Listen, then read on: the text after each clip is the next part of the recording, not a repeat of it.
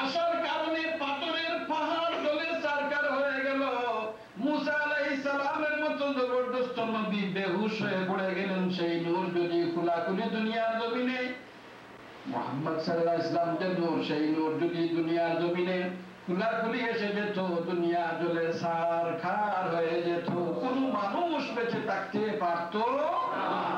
এজন্য আল্লাহ তাআলা ওই নূরকে মানুষের চামড়া দিয়ে, মানুষের আকৃতি দিয়ে, মানুষের গঠন দিয়ে বানায়া বলেন, যাও দেখো আমার নবীকে তোমরা এখন দেখো, যদি মহব্বতের নজরে দেখে নেও, আমি আল্লাহ বলে দিছি তোমার ঠিকানা বেহেশত। আর রাসূলকে যারা মহব্বতের চোখে দেখে তার ঠিকানা কোথায়? সেই ইমানদার কিনা? তার নাম সাহাবী কিনা? আর সাহাবীর মতো আর কেউ হতে পারবে? কেউ হতে পারবে না। হুজুরের সাহাবার মধ্যে সবচাইতে নিম্নমানের সাহাবী যিনি, যদি বাকি সারা দুনিয়ার তাবেঈনদেরকে একত্র করা হয়, সারা দুনিয়ার ওলিদেরকে যদি একত্র করা হয়, যত আলিম উলামা মুমিন মুসলমান আছেন সবাইকে যদি এক পাল্লায় উঠানো হয়, আর রাসূলুল্লাহ সাল্লাল্লাহু আলাইহি ওয়াসাল্লামের সবচেয়ে নিম্নমানের সাহাবীকে যদি এক পাল্লায় উঠানো হয়, তো সাহাবার পাল্লা ভারী হয়ে যাবে। তো হুজুরকে যদি ওই যে বশরের মানুষের চামড়া দিয়ে যেন কে বেষ্টন করে দুনিয়া দেওয়া হয়েছে, যদি এই নূরকে কেউ মহব্বতের নজরে দেখে তাহলে বেহেশতি হয়ে যায়। বলেন সুবহানাল্লাহ। তাহলে আপনারা বলবেন হুজুর আবু জেহেল তো দেখেছে, বলবেন কিনা? আবু লহবেও দেখেছে, আবু জেহেলে দেখেছে। আল্লাহ বলেন, শুনো রে আমার বান্দারা, ওই যে আবু জেহেল দেখেছে, আবু লহব দেখেছে, তোমরা দেখেছো, ওরা দেখতেছে। তারাহুম ইয়ানজুরুনা ইলাইকা ওয়া হুম লা ইউবসিরুন। তোমরা দেখতেছো, রাসূলকে আল্লাহ বলেন, নবী আপনি দেখতেছেন যে তারা আপনার দিকে চাইতেছে। তারাহুম ইয়ানজুরুনা ইলাইক, এই লোকগুলি আপনার দিকে নজর করতেছে, আপনি দেখতেছেন তারা আপনার দিকে চাইতেছে। ওয়া হুম লা ইউবসিরুন, এরা আপনাকে দেখতেছে না। এটা কোরআন শরীফ। তোমরা কি বলছি না? কোরআন শরীফে আল্লাহ বলছেন ওয়া হুম লা ইউবসিরুন, এরা আপনাকে দেখতেছে না। কারণ তারা যখন দেখে, আবু জেহেল দেখে, আবু লহব দেখে অন্য 10 জনের মানুষের মতো এক মানুষ দেখা যায়, অন্য 10 জনের মতো একজন মানুষ দেখা যায়। যেভাবে অন্য জনের হাত আছে, পা আছে, চোখ আছে, নাক আছে, কান আছে, ঠিক তার মধ্যেও দেখা যায় চোখ, মুখ, কান আছে। ওয়াহুম লা ইউবসিরুন, নবী এরা আপনাকে দেখতেছে না। আপনি যে এই চামড়ার ভিতরে, এই চামড়ার ভিতরে আপনি যে কি সেটা তারা দেখতেছে না। আপনার এই চামড়ার ভিতরে যেটা হলো সেটা হলো আমার নূর। রাসূলের এই শরীরের চামড়ার ভিতরে কি আছে? আল্লাহর নূর আছে। এরা নূর দেখতেছে না। যারা নূর হিসাবে দেখেছে তারা সাহাবী হয়ে গেছে। যারা বলেন তারা কি হয়েছে? সাহাবী হয়েছে। আর যারা সাধারণ মানুষের চোখে দেখেছে তারা জাহান্নামী হয়েছে, কাফির হয়েছে। তাদের হাসর হবে আবু লহবের সাথে, আবু জেহেলের সাথে এরা হাসর হবে। তো এবার মিলাদ শুরু হয়েছে, রাসূলুল্লাহ মিলাদ পড়তেছি। প্রথমটা কোরআন শরীফে আছে কিনা, ওনার আসলটা কি, ওনার মূল জিনিসটা কি, মূল জিনিসটা কি, আলোচনা কোথায়? কোরআন শরীফে। আলোচনা কোথায়? কোরআন শরীফে। এবার নবী আসলেন কিভাবে? আল্লাহ বলেন, ইন্নী জাইলুন ফিল আরদি খলিফা, আমি জমিনে আমার খলিফা বানাবো। ফেরেশতাদের খলিফা বানাবো। ফেরেশতাদের কাছে ডিসকাশন হয়েছিল কিনা? এটা হলো রাসূলুল্লাহর মিলাদ।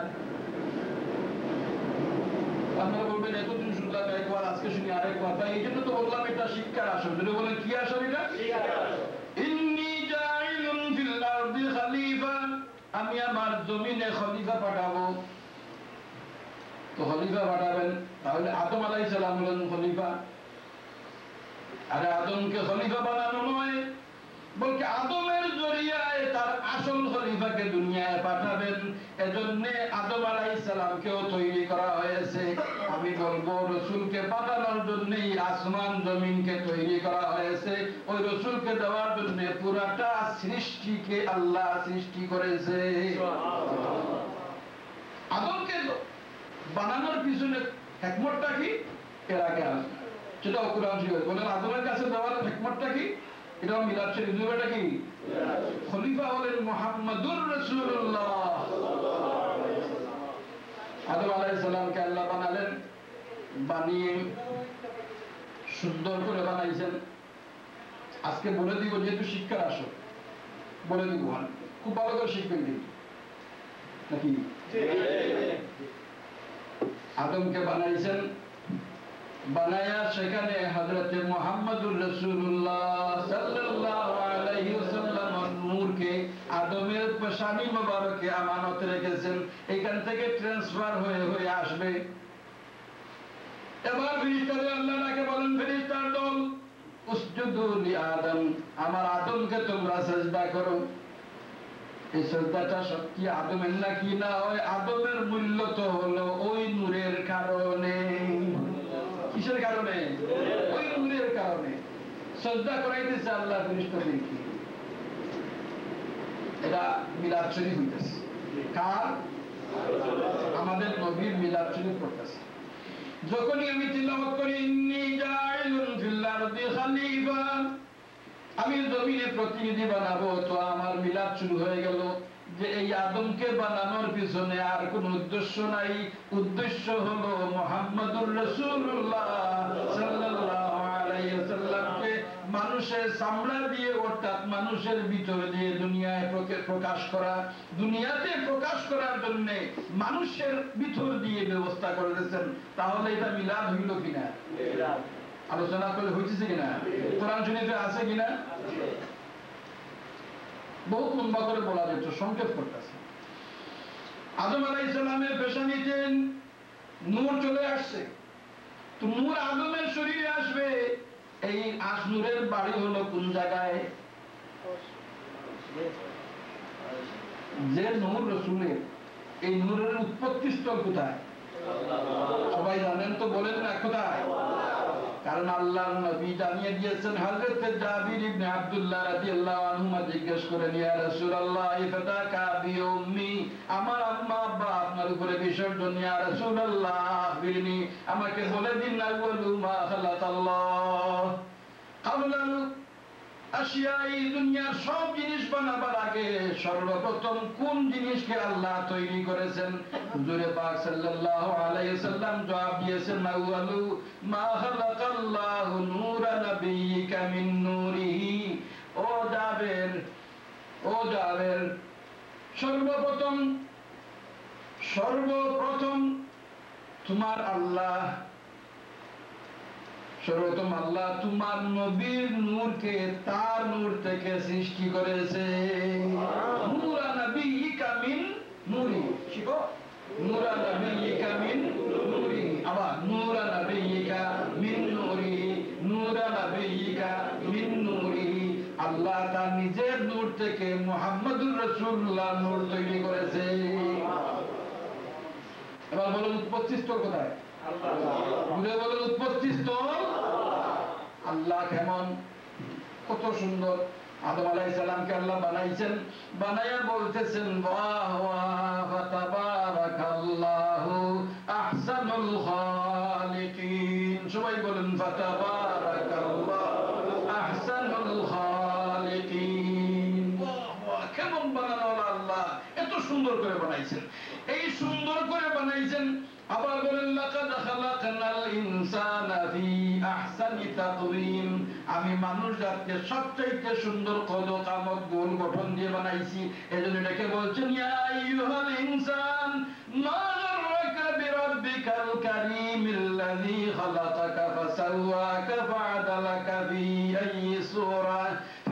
আইয়ি সূরাতিন মা শাআ রাক্কাবাক। হে ইনসান, কোন জিনিসে তোর ওই করিম খোদার গোলামি থেকে বিরত রাখে, যিনি তোকে এত সুন্দর করে বানায় আছেন। জোরে বলেন সুবহানাল্লাহ। কেন? মানুষ সবচাইতে সুন্দর সৃষ্টি। জোরে বলেন মানুষ আল্লাহ সবচাইতে সুন্দরতম সৃষ্টি।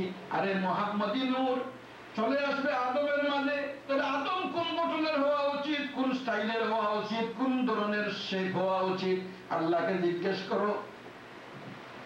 নূর আসবে মুহাম্মদের, নূর আসবে কার?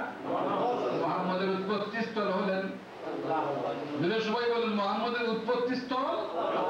সেখান থেকে নূর আসিয়া ঢুকবে আদমের শরীরে, আবার ঢুকে ঢুকে একজনের পরে আরেকজন, একজনের পরে আরেকজন হয়ে আসবে। তাহলে আদম কেমন হওয়া উচিত?